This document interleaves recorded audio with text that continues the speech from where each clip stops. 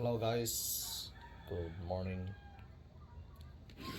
Today we're going to make a comparison on two very similar firearms of the same brand, but uh, same caliber, but uh, they have a very slight difference. No, okay. We have here two examples of a 1911 pistol. We have here this one. It's a 22 TCM, you know, 1911, and another one is the 1911 still. Two pistols, almost virtually the same. Are the parts interchangeable? For the lower parts, majority of the parts they are interchangeable, except for one part na hindi pwede, you cannot interchange it, no? And it is the barrel. So I will explain. When we think of 1911s, we think about Colt, no? Most of the pistols that we know are 1911, which we commonly called here in the Philippines as 45s, no? But they're not 45s. 1911s are made in a variety of calibers. There's 10 millimeter. There's the 22 TCM, very recent, the new one, 22 TCM. There's 45 ECP. There's also a 38 Super, no? And all other calibers. There even is a 1911 that is chambered in 30M1 carbine, no? Made by Automag. So this one is the Armscor 1911 FSPS 9mm, no? FSPS here. So the slides, it has slide cuts here in up front, the back, no? Malaki yung slides, very big, no? For ease of operation, no? So we're going to check first, before anything else. We're going to check if the firearms are empty, safe to handle, no? So you can see here it's safe. There's no magazine in the magazine well. Check for the chamber. Crack the slide. Check visibly, and then check physically. It's empty. I have here also the 22 cm. We're going to rack the slide. Check the magazine. It's empty, empty, empty. Wala, nothing. So check the chamber visually and physically. Check. Wala. There's no ammunition inside. Nothing. It's empty. Okay. So we're going to go ahead and see where the difference is. So disassemble muna natin yung dalawang pistols natin. So put it on safe.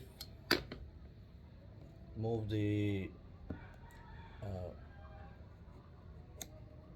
buffer spring back, and I mean the recoil spring back, the recoil plunger, then the barrel bushing, move it clockwise and then counterclockwise. Then we're going to put it off the safety, move the slide slightly back, align the slide stop with a notch on the slide, press slightly to take it out. There's a slide stop, remove, put it on the side. We're going to remove the entire slide and the barrel. Put the safety on, just in case. Why? If the safety is not off,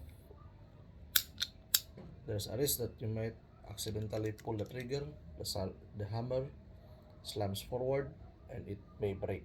It's very expensive. Accident. So we're going to remove the barrel bushing. Remove the barrel bushing.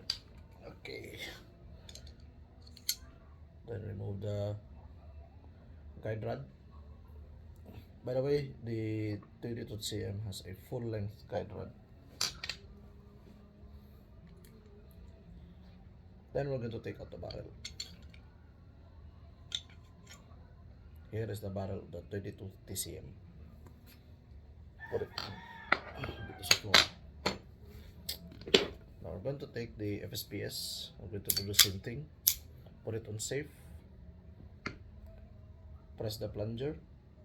Move the barrel bushing clockwise and then take out the plunger along with the recoil spring. Now it's very important not to interchange the two springs, no? Because this one is a bit harder than the 22 cm. Anyway, the barrel bushings are also different. You have different lengths of barrel bushings. As you can see, the FSPS has a longer barrel bushing, plunger compared to the 22 cm. Put it on the side.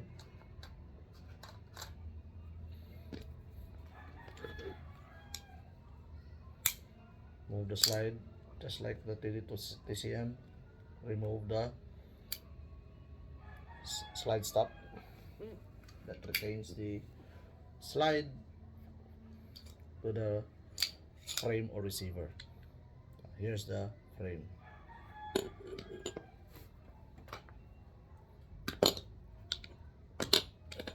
Put it okay.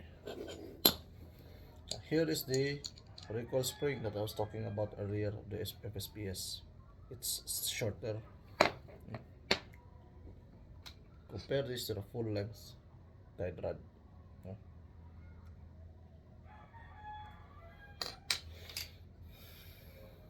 Okay.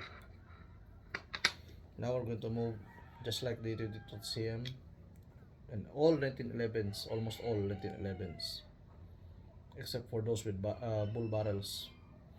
We're going to turn it counterclockwise, the barrel bushing counterclockwise, take it out. Okay. Now push the barreling forward, take out the barrel from the slide assembly. There's a barrel. Now, are the slides the same or different? All. They're virtually identical. Virtually identical. The same. Same. The inside.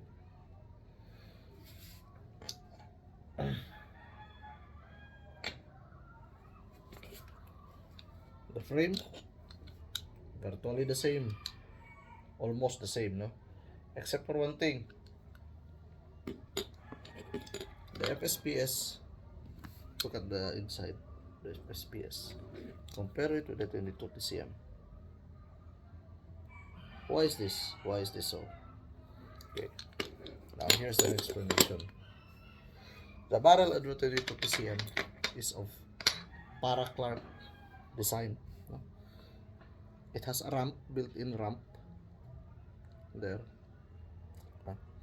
which will facilitate the ammunition to feed reliably into the barrel.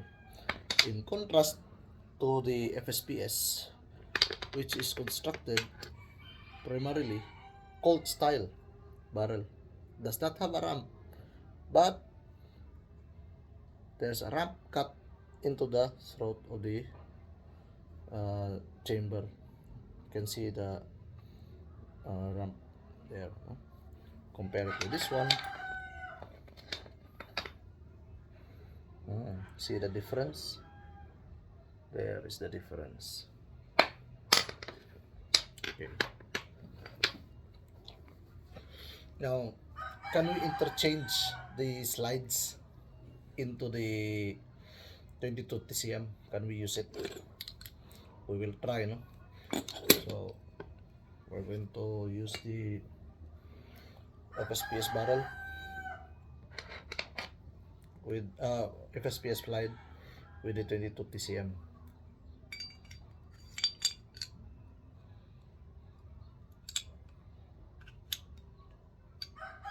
Does it fit? It does. Unfortunately, there seems to be some kind of a trouble, no? It does not fit. No, it does not fit. For some reason, it is not compatible pala. Discovered it's not compatible. Check. Barrel length is the same. Barrel length is the same. Except for one thing. Now, I wonder why it will not fit.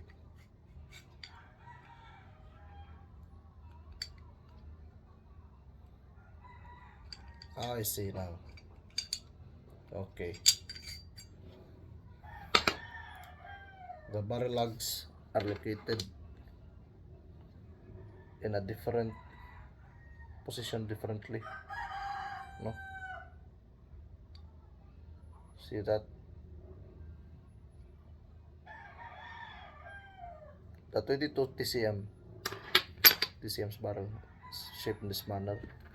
In contrast to the FSPS, no? See the difference?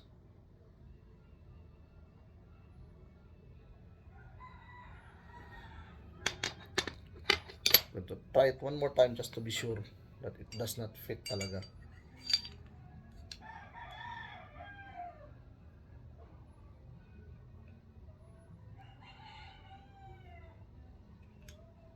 No, it does not.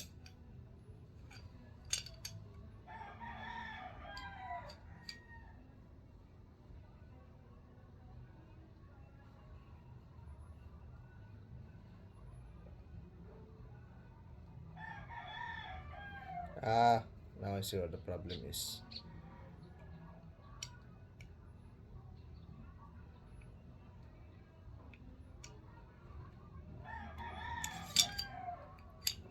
It needs a bit more machining. On the FSPS,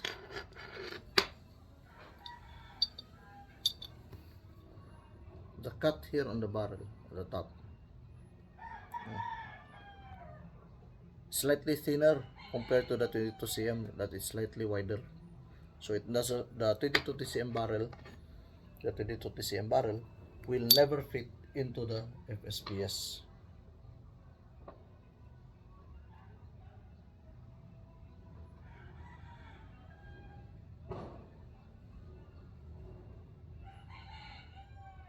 Very, very, very small difference. Minute talaga. It's like 1,000ths of an inch thicker than the FSPS. But the FSPS barrel, will it fit in the 22 TCM? We'll try. This one is a 22 TCM. Fits like a glove, no? With more, there's a more tolerance, no? More play, wobble, side to side wobble, compared to the 22 TCM. It's very tight. The 22 TCM has a very tight tolerance pala, no? When it comes to the barrel. I will try to make the 22 TCM into the 22 TCM slide into the receiver of the FSPS.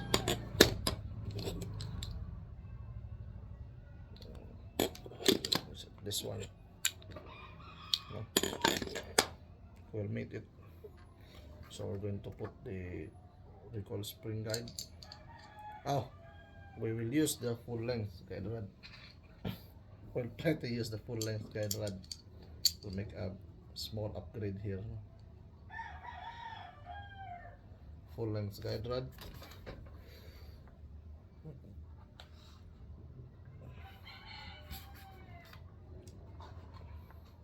Then the barrel bushing. Okay.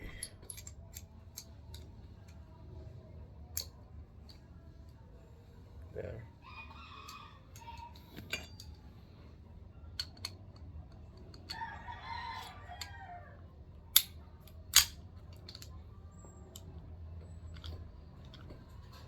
A bit of shaking.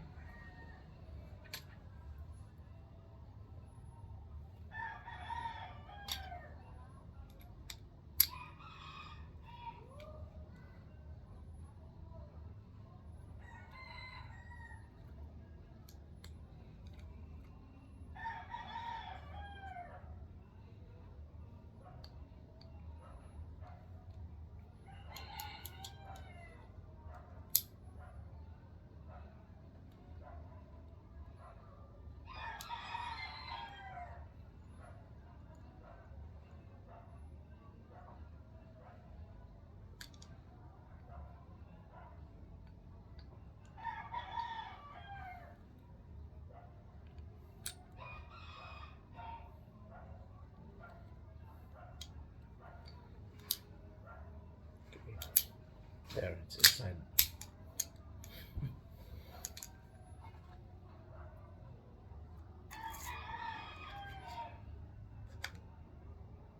Apparently, you cannot use the full length, uh, the longer plunger. So we're going to use a TCM's plunger.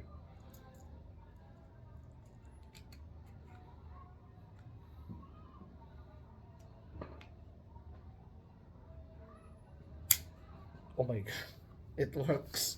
It fits tightly, very tight. It fits here. Does it work? It functions. We'll try. Function check. Functions perfectly.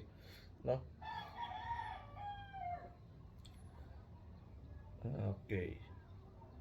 The slight difference here is, with the ejector to the side. Ito. There's a space, no? The gap is very noticeable. No? But the pistol works. No? The barrel has a bit of a play, no? Side to side na ano. Maybe it might affect the accuracy. Maybe, just maybe a bit. No? So the TCM slide works in the FSPS. Now the question is, will the FSPS work in the 22 TCM? We'll try. No?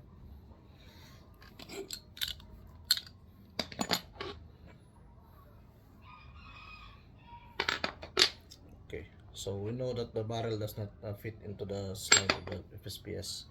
So we're going to take out the FSPS.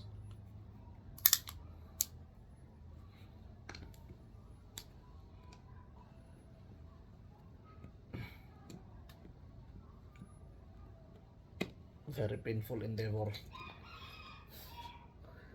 It helps if you have very long nails, no? Long nails, it's like me. Okay, take out this guy.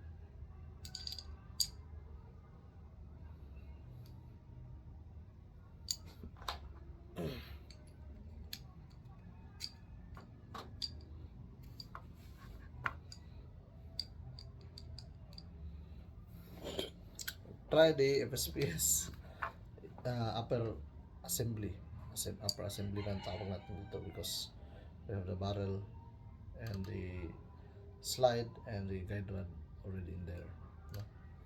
So we're going to put it in the TCM. Let's see if it will work. Oops. Okay,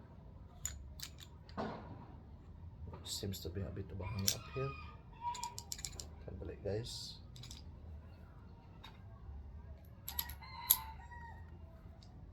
God, I will be very surprised if this will work.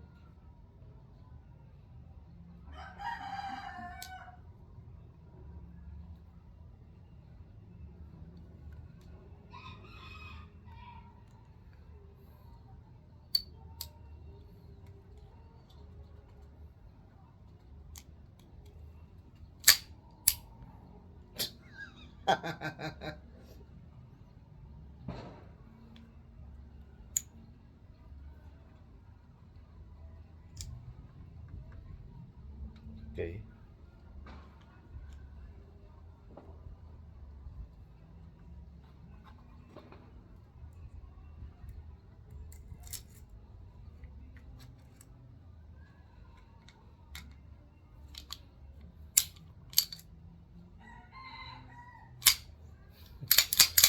It fits, no? It fits into the 22 TCM. and the gap here is slightly more, what do you call this, tighter. But here's the problem, it's very noticeable for this one. You can see that the barrel is not raised flush into this part here of the slide. There's a gap, no? I doubt that the firing pin will be able to strike the ammunition, knowing that the pistol is not probably is not in full battery. Try. Okay, in theory it is, but it will be very dangerous endeavor. There's going to be a lot of feeding problems also, from what I can see. Just here, look at that. There is no cut, no, to facilitate the feeding of the 9mm barrel and my 9mm ammo into the barrel, into the chamber. See, in contrast to this one, it's empty, no? So this one, derecho, no? The ammo, the ammunition, the bullet will directly feed into the barrel without passing through a ramp. This one has a ramp, and from what I can see, it seems that the pistol is not in full battery, no? It's angled slightly lower,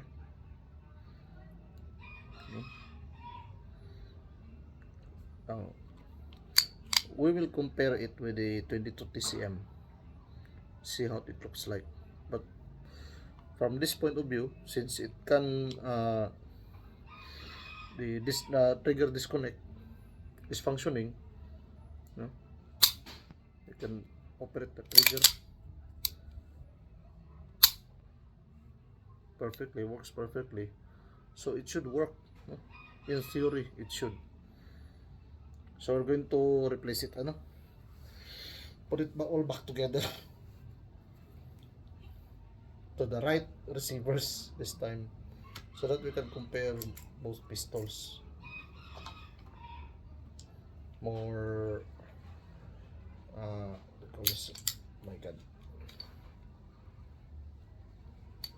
more objectively.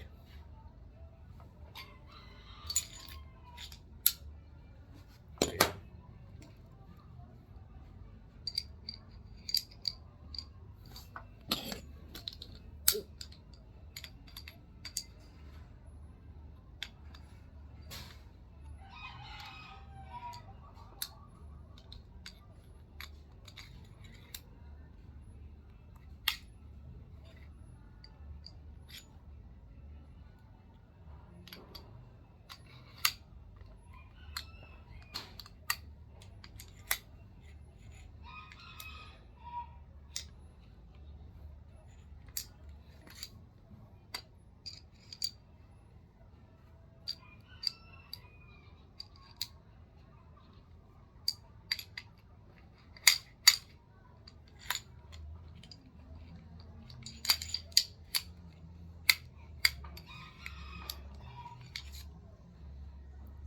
Seems to be a bit of a problem, guys.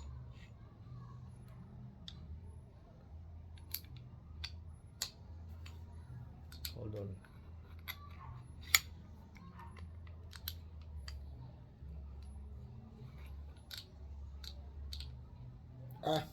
That is why. So let's see.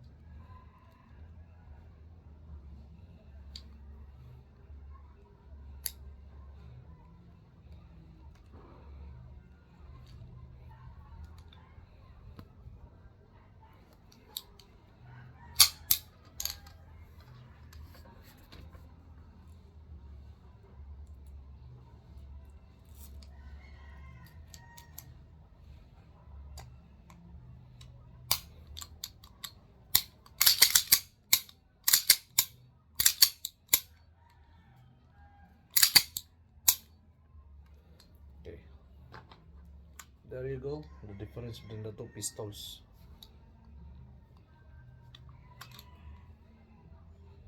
There.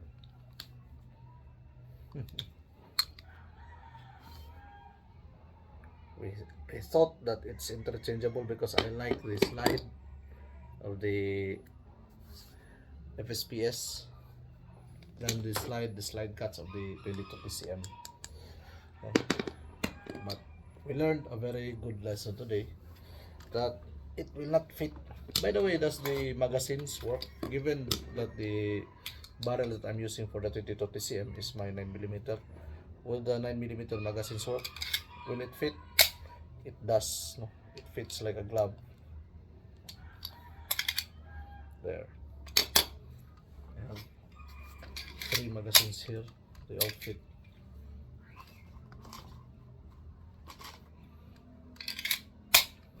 They all fit. Now, does the magazine of the 22 TCM fit inside this FSPS 9mm? It does. It also fits inside. Why? Because the magazine profile is made just like the profile of the 45 caliber ACP, no? Magazine niya. The only difference with the 45s is that the 45 does not have this bent dent here, the slide, vertical dent.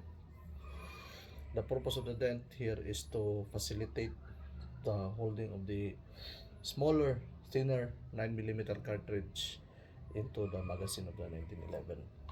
But the size of the magazine and the magazine well is virtually the same with the 45 ACP and the 9mm and the 22 TCM. They are all the same. Same for the magazine lips here, feed lips. It's different. The feed lips of the 9mm and the 22 TCM has similar na itsura, so that can what do you call this? So that it can hold the 9mm with the 9mm ammo, the thinner 9mm ammo, without spitting it out again. Unlike the 45 na open to, this one is open here, much more open. The 22 TCM, does it fit in the 9mm magazine? It does not, no? Except if your magazine is 38 super. Why? The overall length of the ammunition of the 22 TCM is longer. It is longer than the 9mm. Is there a solution to that so that you can use a 22 TCM? There is. What is the solution? You'll use a 22 TCM 9R. 22 TCM 9R is made to fit inside 9mm magazines. The ammunition is slightly shorter. The ammo, the bullet head is pressed more deeper into the casing. So there it is, guys, the difference between the 22 TCM and the FSPS. By the way, my FSPS does not have magwell, no? Flared magwell compared to the TCM that has a flared magwell. The flared magwell is there to facilitate ease of loading, no? Ease of insertion of the magazine. So there, guys, thank you, and don't forget to hit like and subscribe, and shout out to Propanty4. Make sure to drink your miracle coffee.